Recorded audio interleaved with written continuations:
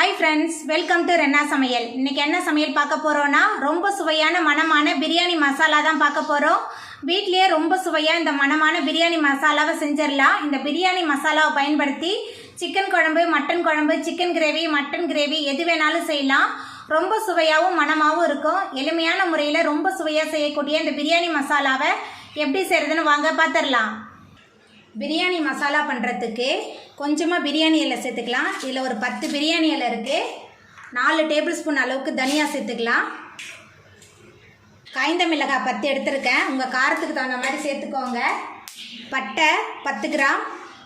எல்லாத்தையும் சேர்த்துட்டு மிதமான தணலில் முதல்ல நல்லா வறுத்துடலாம்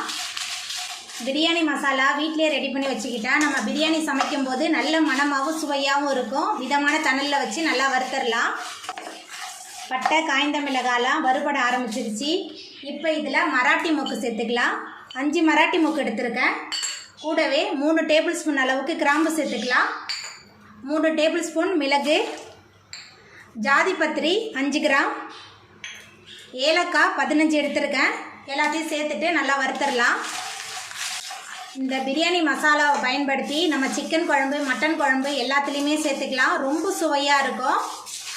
கடையில் அதிக விலை கொடுத்து வாங்காமல் இந்த மாதிரி நம்ம வீட்டிலையே ரெடி பண்ணி வச்சுக்கிட்டா நல்ல மணமாகவும் சுவையாகவும் இருக்கும் ரொம்ப நாளைக்கு கெட்டும் போகாது நம்ம சேர்த்த மசாலா எல்லாமே நல்லா வறுபட்டுருச்சு இப்போ இதில் கடைசியாக 2 மசாலா சேர்க்கணும் அதுக்கு 3 டேபிள் ஸ்பூன் அளவுக்கு சோம்பு சேர்த்துக்கலாம் 3 டேபிள் ஸ்பூன் சீரகம் சேர்த்துட்டு மறுபடியும் நல்லா வறுத்துடலாம் சோம்பு சீரகம் எதனால் கடைசியாக சேர்த்தோமா மற்ற எல்லா ஜாமோடையும் சேர்த்து நம்ம வறுக்கும்போது சோம்பு சீரகம் சீக்கிரமாக கரிஞ்சிடும் எல்லாமே வறுபட்ட பிறகு நம்ம சோம்பு சீரகம் சேர்த்து வறுக்கும்போது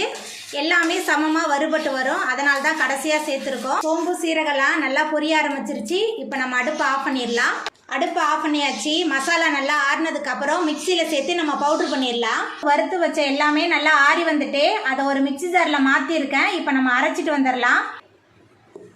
மிக்சி ஜாரில் மாற்றிட்டு பிரியாணி மசாலாவை அரைச்சிட்டு வந்துட்டேன்